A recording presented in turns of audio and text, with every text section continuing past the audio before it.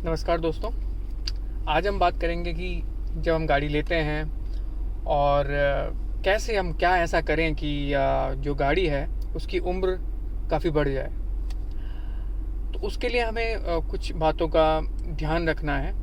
ठीक है, पहली चीज़ हमें ध्यान रखना है कि हम टाइम टू टाइम अपनी गाड़ी की सर्विसिंग कराते रहें। मैंने देखा है, खासकर इंडिया में हम लोग क्या करते हैं, गाड़ी तो ले लेते हैं, लेकिन जब सर्विसिंग की बात आती है तो हम बहुत ढिलाई देते हैं। हम कोई टाइम फॉलो नहीं करते हैं और ढंग से भी नहीं कराते हैं। और तो कुछ चीज़ें हमें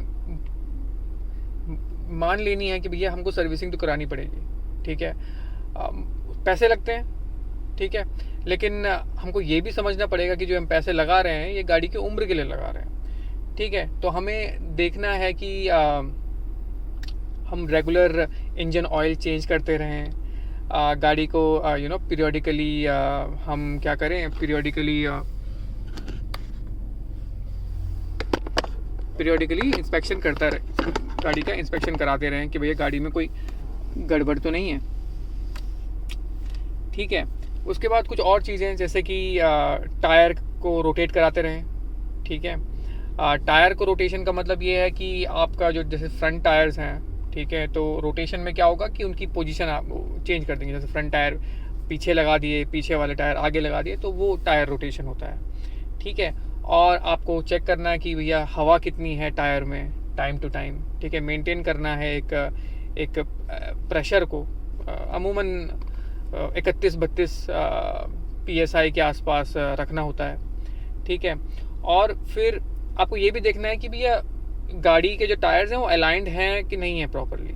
ठीक है, तो इन सब का इंस्पेक्शन। फिर आपकी गाड़ी में फ्लूइड्स होते हैं जैसे कि brake fluid, power steering fluid, उनको भी आपको फ्लश, उनको भी आपको एक्सचेंज करवाना होता है। ठीक है, क्योंकि क्या होता है ना, ये जो लिक्विड्स होते हैं वो टाइम के साथ ख़राब हो जाते हैं। ठीक है, और ये जो लिक्विड्स हैं वो बहुत ही इम्पॉर्टेंट हैं आपकी गाड़ी के लिए, क्योंकि ये क्या करते हैं, फ्रिक्शंस जो आपके मूवेबल पार्ट्स होते हैं इंजन में या फिर जैसे ब्रेक्स में, तो वहाँ प्रॉपर लुब्रिकेशन का काम करते हैं और अब वहाँ फ्रिक्शन नहीं होने देते हैं। इससे क्या होता है कि जो आपके सॉलिड पार्ट्स हैं गाड़ी के, मतलब वो ख़राब नहीं होते हैं। ठीक है, उसके बाद फ़िल्टर चेंज, वो भी आपको देखना है कि भैया, तो ये सब चीज़ें क्या है, मेंटेनेंस में आती है, सर्विस मेंटेनेंस में। ठीक है, और बेस्ट चीज़ क्या है इसको कराने के लिए, आप ओनर्स मैनुअल फॉलो करें। ठीक है, एक किताब आती है, उसको ओनर्स मैनुअल करके बोलते हैं, गाड़ी के साथ आती है। ठीक है, मैं अभी दिखाऊंगा आपको। मेरी गाड़ी, मेरे पास निसान की गाड़ी है, तो उसका जो ओनर मैनुअल है मैं उसको फॉलो करता हूँ। तो क्या होता है कि वो 6-6 महीने में बाद आपको सर्विसिंग करानी पड़ती है। आप केवल उसको फॉलो करें, देखें कि भैया उसमें क्या उन्होंने रिकमेंड किया है। उस रिकमेंडेशन के बाद आप क्या करें, वो चीज़ें चेंज करवाते रहें।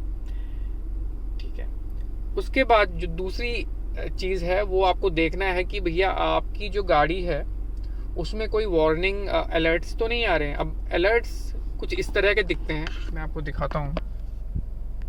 आप देखिए इस डैशबोर्ड में, अगर आपके पास ऐसा डैशबोर्ड है तो इसमें देखिए, जो भी आजकल मॉडर्न गाड़ियाँ आ रही हैं उसमें देखिए कि ये यहाँ पे जो ये है, ये एक अलर्ट है। तो ये अलर्ट क्या है कि आपने सीट बेल्ट नहीं लगाई है।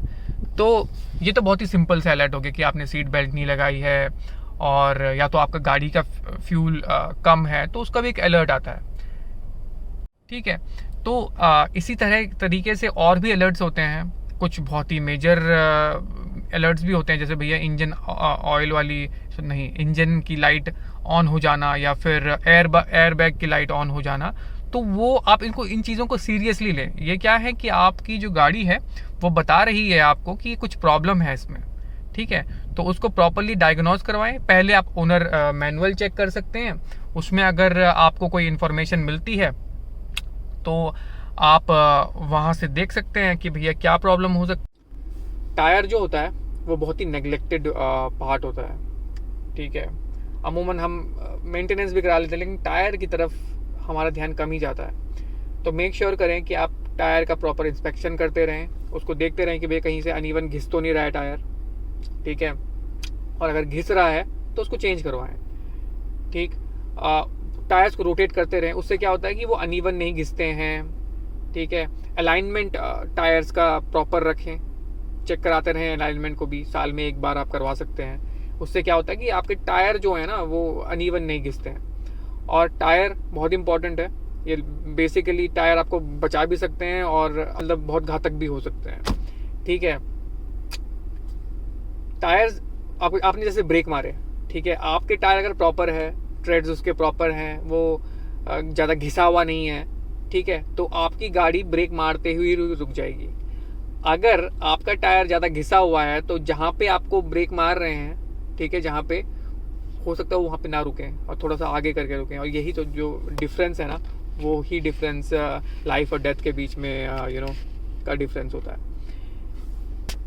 और टायर का और भी चीज़ें हैं, जैसे कि अगर आपको प्रॉपर माइलेज नहीं मिल रहा है तो हो सकता है कि टायर भी उसका एक रीज़न है कि टायर आपका बहुत ही घिसा हुआ है। ठीक है, तो ये चीज़ें आप देख सकते हैं। टायर बेसिकली आपका जैसे आप हैंडलिंग, कार की हैंडलिंग, ठीक है, अगर टायर आपका प्रॉपर है, घिसा हुआ नहीं है, तो आपकी हैंडलिंग काफ़ी अच्छी होगी कार की। ठीक है, और आप जब प्रॉपर एक्सेलरेट करते हैं तो गाड़ी अच्छे से एक्सेलरेट होगी। ठीक है, आपका फ्यूल माइलेज बढ़िया से होगा, ब्रेक्स आपके प्रॉपरली अप्लाइड होंगे।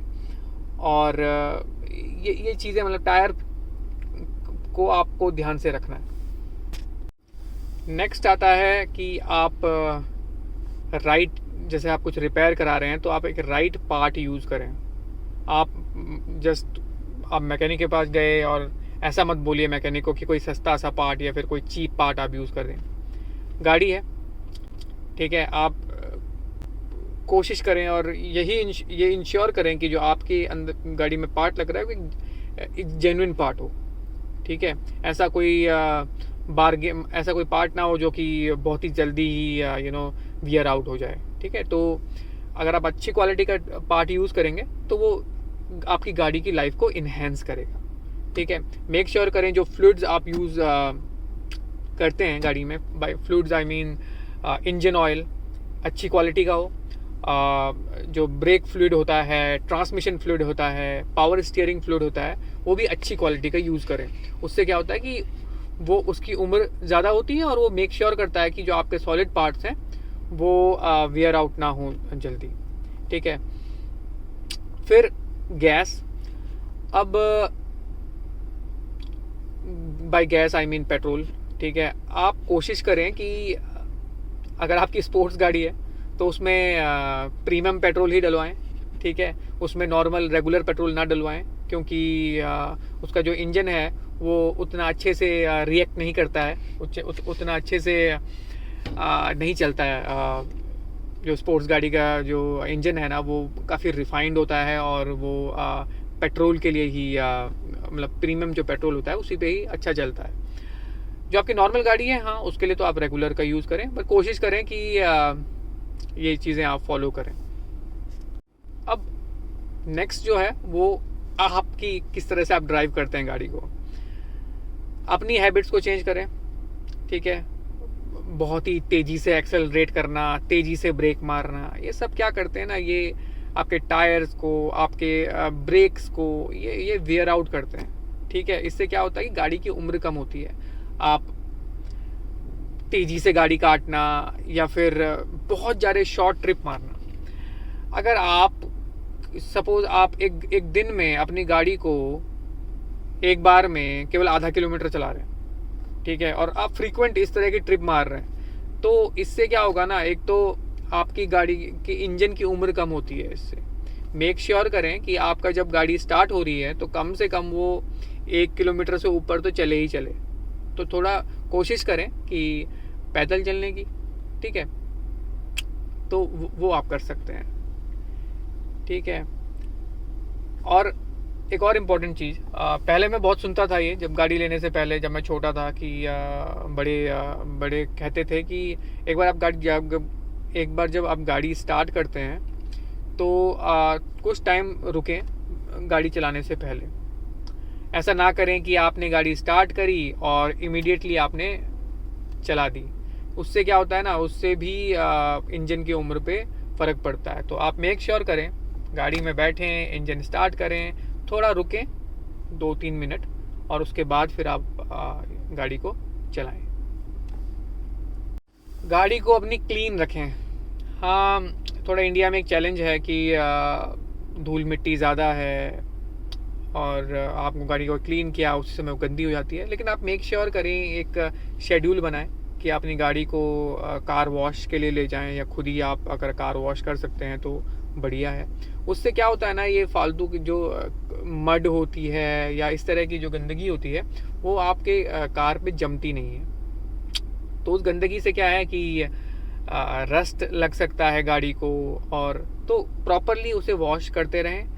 प्रॉपरली अगर हो सकता है तो वैक्स भी अप्लाई करें गाड़ी के ऊपर, एक तो शाइन अच्छी आएगी गाड़ी के ऊपर, और उससे क्या होगा ना कि आपकी जो वो है वो रस्ट वगैरह नहीं लगेगा उसमें, और वो सब चीज़ें कम होंगी। अंदर से भी गाड़ी को साफ़ करें तो एक अच्छी फीलिंग आती है ना। तो कोशिश करें कि आप गाड़ी को क्लीन रखें। एक और चीज़, अगर हो सकता है तो गाड़ी को गैराज में ही पार्क करें।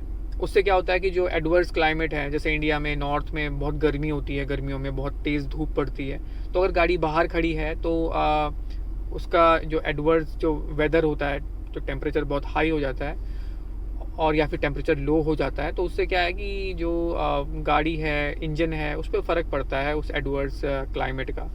तो अगर हो सकता है तो गाड़ी को आप पार्क रखें गैराज में। उससे क्या है कि धूप उस पर डायरेक्ट नहीं पड़ेगी, बारिश उस पर डायरेक्ट नहीं पड़ेगी, कहीं अगर स्नो होता है तो स्नो भी उस पर डायरेक्ट नहीं पड़ेगा, तो उससे उस पर जो क्लाइमेट का है वो कम असर पड़ेगा। तो इससे भी गाड़ी की उम्र जो है वो इन्हेंस होती है। और हाँ, एक और चीज़, ये मतलब कोई जितनी भी चीज़ें मैंने आपको अभी तक बताई, अगर आप उनको फॉलो करते हैं तो बेशक आपकी गाड़ी की जो एज है वो काफ़ी बढ़ जाएगी। और लास्टली में एक टिप मैं आपको देना चाहूँगा। जब भी आप गाड़ी को इंस्पेक्ट कराते हैं ना, आप डीलर के पास गए या फिर किसी इंडिपेंडेंट मैकेनिक के पास गए, तो डायरेक्टली उनकी बातों पे आप ब्लाइंडली फॉलो मत करें। मतलब आप विश्वास, ऐसा नहीं कि आपने गए और सीधा विश्वास कर दिया। हाँ, अगर आपको जानकार है और आप उसे पर्सनली जानते हैं तब आप कर सकते हैं। लेकिन अगर आप किसी के पास, किसी डीलर के पास जाते हैं और वो कहता है कि मैं रिकमेंड करता हूँ कि आप ये चेंज करवाएं, इस पार्ट को रिपेयर करवाएं, तो कोई ज़रूरत नहीं है, ठीक है। अनलेस कि वो बॉडी पार्ट आपको लग रहा है कि कुछ दिक्कत है, तब जाके आप कराएं। और वो भी आप 2-3 जगह में पूछ के करवाएं कि भैया एक कंसिस्टेंट इंस्पेक्शन हो ना, मतलब कंसिस्टेंट पता लगे कि भैया ये चीज़ ख़राब है। तो 2-3 जगह आप ज़रूर जाएं, देखें कि भैया क्या प्रॉब्लम है। उस बेस पे आप डिसाइड करें कि आपको क्या रिपेयर करवाना है। और मेंटेनेंस के बाद अगेन डीलर को फॉलो नहीं करें, ठीक है। सुने उसकी, और आपका ओनर्स मैनुअल जो है उसको फॉलो करें। उससे आपके बहुत पैसे बचेंगे। अगर आप जस्ट गए डीलर के पास, बोला कि भैया क्या है, डीलर तो बोल देगा कि भैया ये भी चेंज करवा लो, वो भी चेंज करवा लो, और उसके बाद आपका बिल बना के दे देगा। तो थोड़ा सा ड्यू डिलीजेंस रखें। ओनर मैनुअल लोग नहीं पढ़ते हैं, ठीक है। मैं एक बार फिर, वही आपका फ्रेंड है, मेंटेनेंस, उसमें हर चीज़ लिखी होती है कि भैया किस महीने में, 30वें महीने में, 36वें महीने में, 42वें महीने में आपको कौन सी मेंटेनेंस करवानी है, कौन सा फ्लूइड आपको चेंज कराना है, कौन सा एयर फिल्टर आपको चेंज करवाना है। तो वो पढ़ेंगे तो आपको जागरूकता आएगी। मैंने भी जब स्टार्ट किया था, जब गाड़ी ली थी फर्स्ट टाइम, तो मुझे भी ज़्यादा, मेरे को भी पता नहीं था मैनुअल, ओनर्स मैनुअल का। मैं भी चला गया डीलर के पास और डीलर ने कर दिया रिकमेंड। मैंने कहा हाँ जी कर दो। जब बाद में बिल जाके देखा भैया, फिर बाद में मैंने रियलाइज़ किया, जब मैंने अपने दोस्तों से बात करी और कुछ जानकार लोगों से बात करी, तो उन्होंने कहा कि यार तूने तो अननेसेसरी चीज़ें करवा दी हैं गाड़ी में। तो फिर बाद में उन्होंने बताया भैया मैनुअल, ओनर्स मैनुअल फॉलो करो, उससे आपके काफ़ी पैसे बचेंगे और वही रिकमेंडेड है। तो ये वो बुकलेट है जिसकी मैं बात कर रहा था, ओनर मैनुअल करके। तो निसान के केस में एक सेपरेट बुकलेट उन्होंने दी हुई है, जिसकी कि सर्विस और मेंटेनेंस गाइड इस बुक का नाम है। और हो सकता है, इट डिपेंड्स ऑन कंपनी के ऊपर डिपेंड करता है कि हो सकता है सर्विस और मेंटेनेंस जो बुकलेट है वो सेपरेट ना हो और ओनर मैनुअल का ही पार्ट हो।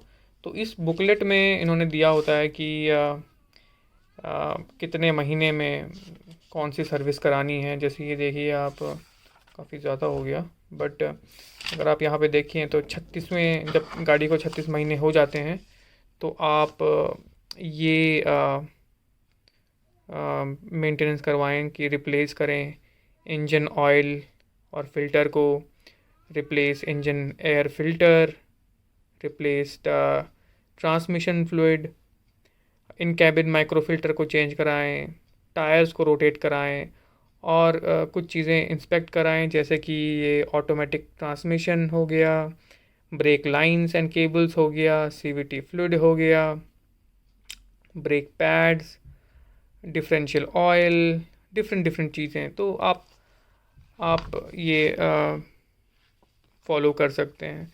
सिमिलरली ये 36 महीने के लिए, तो फिर नेक्स्ट पेज पे ये देखिए 42 महीने के लिए भी रिकमेंडेड सर्विस दी हुई है। तो काफ़ी यूज़फुल बुक है ये। Treat it as a bible for servicing and maintenance of your car. Thank you.